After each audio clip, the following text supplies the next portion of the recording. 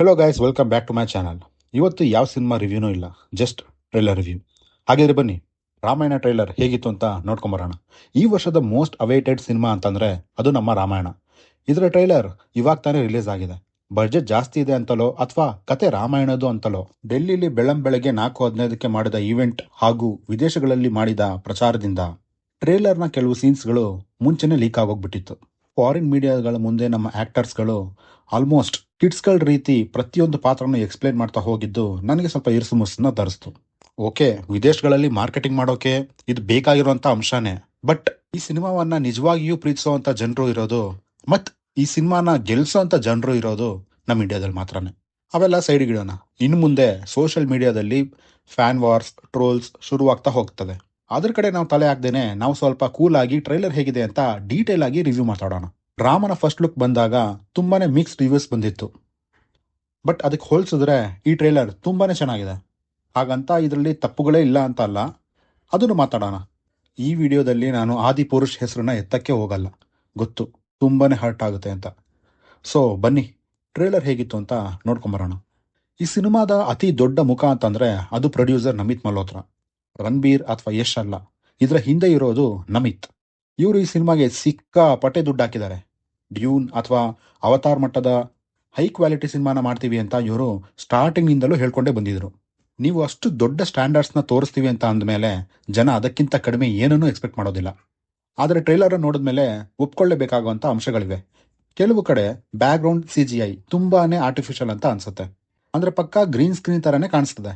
Dune ತಂಡದವರು UAE, Jordan, ನಮಿಬಿಯಾ ಇಂತಹ real ಲೊಕೇಶನ್ಸ್ಗಳಲ್ಲಿ ಹೋಗಿ ಶೂಟ್ ಮಾಡಿದ್ರು. ಹಾಗೇನೆ ಈ ಸಿನಿಮಾದವರು ಕೂಡ ಕೆಲವು ಸೀಕ್ವೆನ್ಸ್ಗಳನ್ನ ರಿಯಲ್ ಲೊಕೇಶನ್ ಅಲ್ಲೇ ಶೂಟ್ ಮಾಡಬಹುದಾಗಿತ್ತು ಅಂತ ನನ್ನ ಅನಿಸಿಕೆ ಇತ್ತು. ಈ ಚಿತ್ರಕೂಟ ಮತ್ತು ಪಂಚವತಿಯ ಸೀಕ್ವೆನ್ಸ್ಗಳು ಕಾಡ್ನಲ್ಲೇ ನಡೆಯುತ್ತೆ ಮ್ಯಾಕ್ಸಿಮಮ್. ನಮ್ಮ ಇಂಡಿಯಾದಲ್ಲೋ ಅಥವಾ ಬೇರೆ ಫಾರಿನ್ ಕಂಟ್ರೀಸ್ನಲ್ಲೋ ಈ ಸೀಕ್ವೆನ್ಸ್ಗಳನ್ನ ಶೂಟ್ ಮಾಡಬಹುದಾಗಿತ್ತು. ಅಲ್ಲ, ನನ್ಗನ್ಸಿದಷ್ಟೇ ಕಾಂತಾರ ಸುಮಾರು ಸಿನಿಮಾಗಳು ನಮ್ಮಲ್ಲೇನೆ ರಿಯಲ್ ಫಾರೆಸ್ಟ್ಗೆ ಹೋಗಿ ಶೂಟ್ ಮಾಡಿದ್ದಾರೆ. ಬಟ್ ಇವ್ರ ಕೈಲಿ ಯಾಕೆ ಮಾಡೋಕ್ಕಾಗಲಿಲ್ಲ ನನಗೆ ಗೊತ್ತಿಲ್ಲ. ಕಾಡಿನ ಸೀನ್ಸ್ಗಳು ಮತ್ತು ಕುದುರೆ ಮೇಲೆ ಕಣ್ಣಿಗೆ ಬಟ್ಟೆ ಕಟ್ಕೊಂಡು ಬರುವಂತ ರಾಮ ಹೋಗುವಂತ ಸೀನ್ಸ್ಗಳು ಸ್ವಲ್ಪ ಕಾರ್ಟೂನಿಸ್ಟ್ ಆಗಿ ಕಾಣಿಸ್ತವೆ. ಎಸ್ಪೆಷಲಿ ರಾಮ ಏಕಾಂಗಿಯಾಗಿ 14,000 ರಾಕ್ಷಸರ ಜೊತೆ ಹೋರಾಡುವಂತ ಒಂದು ಯುದ್ಧದ ಸೀಕ್ವೆನ್ಸ್ ಇದೆ. ಟ್ರೇಲರ್ನಲ್ಲಿ ಈ ಶಾಟ್ ತೀರಾ ಫೇಕ್ ಅಂತ ಅನ್ಸುತ್ತೆ. ರಿಯಲ್ ಲೊಕೇಶನ್ಸ್ನಲ್ಲಿ ಶೂಟ್ ಮಾಡಿ ಅದಕ್ಕೆ ಡಿಜಿಟಲ್ ಟಚ್ ಏನಾದರೂ ಕೊಟ್ಟಿದ್ದರೆ ಇನ್ನೂ ಚೆನ್ನಾಗಿರ್ತಿತ್ತು. ರಾಮಾಯಣ ಅಂತ ಅಂದಮೇಲೆನೆ ಅರಮನೆ, ಬಟ್ಟೆಗಳು, ಆಭರಣಗಳು ಎಲ್ಲವೂ ಟಾಪ್ ನಾಚ್ ಆಗಿರಬೇಕು. ಟ್ರೇಲರ್ನ ನೋಡಿದ್ರೆ ಆರ್ಟ್ ಡಿಪಾರ್ಟ್ಮೆಂಟ್ ಅವರು ಸಕ್ಕದ ಕೆಲಸ ಮಾಡಿದ್ದಾರೆ ಅಂತ ಅನಿಸ್ತಿದೆ. ಆಮ್ಸಿ ಅಂಡ್ ಉನೆಲ್, ಡ್ಯೂನ್, ಅವತಾರ್ ಈ ರೀತಿ ದೊಡ್ಡ ಸಿನಿಮಾಗಳಿಗೆ ಕೆಲಸ ಮಾಡಿದಂತ ಕಾಸ್ಟ್ಯೂಮ್ ಡಿಸೈನರ್ಸ್ ಇವರು. ರಾಮ ಸೀತೆ ಮದುವೆ ಸೀನ್ಗಳಲ್ಲಿ ಆ ಕಾಸ್ಟ್ಯೂಮ್ಸ್ ಅಂಡ್ ಆ ಜ್ಯುವೆಲ್ರೀಸ್ಗಳು ಸಕ್ಕದಾಗೆ ರೀಚ್ ಆಗಿದೆ.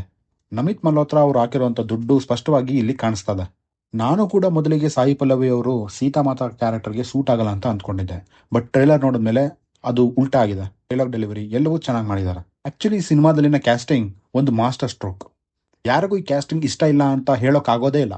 ಮೊದಲ ರಾಮನ ಲುಕ್ ಬಂದಾಗ ಅಲ್ಲಿದ್ದಂತಹ ಮಾನ್ಸ್ಟರ್ಸ್ಗಳನ್ನ ನೋಡಿ ಲಾರ್ಡ್ ಆಫ್ ದ ರಿಂಗ್ಸ್ ಸಿನಿಮಾದ ರೀತಿನೇ ಇದೆ ಅಂತ ಎಲ್ಲರೂ ಸುಮಾರು ಜನ ಟ್ರೋಲ್ ಮಾಡಿದ್ರು.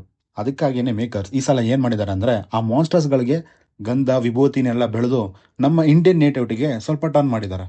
ನೋಡೋದಕ್ಕೆ ಇದು ಕ್ಲೀಶೆ ಅಂತ ಅನ್ಸಿದ್ರು ಮೊದಲು ರಿಲೀಸ್ ಆಗಿರೋಂಥ ಟೀಸರ್ಗಿಂತ ಇದು ಓಕೆ ಅಂತ ಅನ್ಸ್ಕೊಳ್ಳುತ್ತೆ. ಬಟ್ ನನಗೆ ಆ ಡಿಜಿಟಲಿ ಜನರೇಟೆಡ್ ಅನಿಮಲ್ಸ್ ಇದೆಯಲ್ಲ ಅದು ಇಷ್ಟ ಆಗಲಿಲ್ಲ. ಫಾರ್ ಎಕ್ಸಾಂಪಲ್ ಶೂರ್ಪನಖ ರಥ ಎಳೆಯುವಂತಹ ಪ್ರಾಣಿಗಳು ಸೀಕ್ವೆನ್ಸು, ರಾವಣನ ಅರಮನೆಯಲ್ಲಿ ನಡೆಯುವಂತಹ ಸೀಕ್ವೆನ್ಸು ಇಲ್ಲ ಸ್ವಲ್ಪ ಮೈನರ್ ಚೇಂಜಸ್ಗಳು ಮಾಡ್ಕೊಂಡ್ರೆ ಚೆನ್ನಾಗಿರ್ಬೋದು ಅಂತ ನನ್ನ ಅನಿಸಿಕೆ. ಟಿ ಸೀರೀಸ್ ಕಂಪ್ನಿಯವರು ಇದರ ಮ್ಯೂಸಿಕ್ ರೈಟ್ಸ್ನ ಬರೋಬ್ಬರಿ 75 ಕೋಟಿ ರೂಪಾಯಿಗೆ ತಗೊಂಡಿದ್ದಾರೆ. AR ರೆಹಮಾನ್ ಅಂಡ್ ಹ್ಯಾನ್ಸ್ ಜಿಮ್ಮರ್ ಒಟ್ಟಿಗೆ ಸೇರ್ಕೊಂಡು ವರ್ಕ್ ಮಾಡ್ತಾ ಇದ್ದಾರೆ ಅಂತಂದ್ರೆ ನಂಬರ್ಸ್ ಕೇಳಿಸೋದು ಸರ್ವೇ ಸಾಮಾನ್ಯ. ಆದರೆ ಈ ಟ್ರೇಲರ್ ನಲ್ಲಿ ನಾನು ಇವರಿಬ್ಬರ ವರ್ಕ್ ಇನ್ನೂ ಸ್ವಲ್ಪ ಎಕ್ಸ್ಪೆಕ್ಟ್ ಮಾಡ್ತಾ ಇದ್ದೆ. ಮೊದಲ ಟೀಸರ್ ನಲ್ಲಿ ಯೂಸ್ ಆಗಿದ್ದಂತಹ ಅದೇ ಮ್ಯೂಸಿಕ್ನೇ ಇಲ್ಲೂ ಕೂಡ ಸ್ವಲ್ಪ ಎಕ್ಸ್ಟೆಂಡೆಡ್ ವರ್ಷನ್ ಆಗಿ ಬಿಟ್ಟಿದ್ದಾರೆ. ಇಡೀ ಟ್ರೇಲರ್ನ ಹೈಲೈಟ್ ಅಂತಂದ್ರೆ ಅದು ರಾವಣ, ನಮ್ಮ ರಾಕಿ ಬಾಯ್. ನಿಜಕ್ಕೂ ಕಡಕ್ಕ ಕಾಣಿಸ್ತಾರೆ ಅಂಡ್ ಅವರೇ ಒನ್ ಆಫ್ ದ ಪ್ರೊಡ್ಯೂಸರ್ ಕೂಡ. ಶಿವನಿಗೆ ಭಕ್ತಿಪೂರ್ವಕವಾಗಿ ಪ್ರಾರ್ಥನೆ ಮಾಡಿ ತನಗೆ ಬಂದಂತ ವರಗಳಿಂದಾನೇ ಅಹಂಕಾರಿಯಾಗಿ ಬೆಳೆಯುವ ಒಬ್ಬ ಜ್ಞಾನಿ ರಾವಣ. ಇಂದ್ರನ ಜೊತೆ ಯುದ್ಧ, ಯಮನ ಜೊತೆ ಒಂದು ಯುದ್ಧ, ಈ ರೀತಿ ರಾವಣಿಗೆ ಸುಮಾರು ಸೀಕ್ವೆನ್ಸಸ್ಗಳು ಆಲ್ರೆಡಿ ಟ್ರೇಲರ್ನಲ್ಲೇ ತೋರಿಸಿದ್ದಾರೆ. ಯೂಶಲಿ ನನ್ನ ಎಕ್ಸ್ಪೆಕ್ಟೇಷನ್ ಏನಿತ್ತು ಅಂತಂದ್ರೆ ರಾವಣನ್ನ ಜಸ್ಟ್ ಲಾಸ್ಟ್ ಅಲ್ಲಿ ಲೈಕ್ ಕ್ರೆಡಿಟ್ ಸ್ಕೋರ್ ರೀತಿ ಯೂಸ್ ಮಾಡ್ತಾರೆ ಅಂತ ಅಂದ್ಕೊಂಡಿದ್ದೆ. ಬಟ್ ಈ ರೀತಿ ಫುಲ್ ಪ್ಲೆಡ್ಜ್ ಆಗಿ ತೋರಿಸ್ತಾರೆ ಅಂತ ನಾನು ಎಕ್ಸ್ಪೆಕ್ಟೇ ಮಾಡಿರಲಿಲ್ಲ. ನಮಗೆ ಯೂಶಲಿ ಕನ್ನಡ ಆಡಿಯನ್ಸ್ಗೆ ಯಶ್ ಅವರ ಆಕ್ಟಿಂಗ್ ಹೊಸದೇನಲ್ಲ.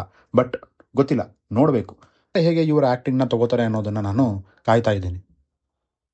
ಇನ್ನು ರಾಮನಾಗಿ ರಣಬೀರ್ ಕಪೂರ್ ಕೂಡ ಕಮ್ಮಿ ಏನಿಲ್ಲ, ಚೆನ್ನಾಗಿ ಕಾಣಿಸ್ತಾ ಇದ್ದಾರೆ. ಬಟ್ ಅಲ್ಲಲ್ಲಿ ಸ್ವಲ್ಪ ಸ್ಯಾಡ್ ಮೊಮೆಂಟ್ಸ್ಗಳನ್ನ, ಎಮೋಷನಲ್ ಮೊಮೆಂಟ್ಸ್ಗಳನ್ನ ಇನ್ನೂ ಎಕ್ಸ್ಪ್ಲೋರ್ ಮಾಡ್ಬೋದಾಗಿತ್ತು ಅಂತ ನನಗೆ ಅನಿಸ್ತು. ಸೊ ಓವರ್ ಆಗಿ ಹೇಳಬೇಕು ಅಂತಂದ್ರೆ ಟ್ರೇಲರ್ ಹಿಟ್ ಆ್ಯಂಡ್ ಮಿಸ್ ಆಗಿದೆ. ರಾವಣನ್ನ ನೋಡಿ ಸ್ವಲ್ಪ ಖುಷಿ ಪಟ್ರೆ ಆ CGI ಮೊಮೆಂಟ್ಸ್ಗಳನ್ನ ನೋಡಿದ್ರೆ ಸ್ವಲ್ಪ ಬೇಜಾರಂತೂ ಆಗೇ ಆಗುತ್ತೆ. ನೋಡೋಣ ರಿಲೀಸ್ ಟೈಮ್ನಲ್ಲಿ ಇವನ್ನೆಲ್ಲವನ್ನು ಸರಿ ಮಾಡಿಕೊಂಡು ಸಿನಿಮಾ ರಿಲೀಸ್ ಆಗುತ್ತಾ ಅಥವಾ ಆದಿಪುರುಷ ಆಗುತ್ತಾ ಅಂತ ಕಾದ್ ನೋಡೋಣ. ಇನ್ನು ನೀವೇನಾದರೂ ರಾಮಾಯಣ್ ಟ್ರೈಲರ್ನ ಆಲ್ರೆಡಿ ನೋಡಿದರೆ ಹೇಗನ್ನಿಸ್ತು ಅಂತ ದಯವಿಟ್ಟು ಕೆಳಗಡೆ ಕಮೆಂಟ್ ಮಾಡಿ ತಿಳಿಸಿ. ವಿಡಿಯೋನ ಮುಗಿಸುವಂಥ ಸಮಯ ಆಯಿತು. ಮುಂದಿನ ವಿಡಿಯೋದಲ್ಲೇ ಸಿಗೋಣ ಅಂತ ಹೇಳ್ತಾ ನಾನಿನ್ನು ಹೋಗ್ಬಿಟ್ಟು ಬರ್ತೀನಿ.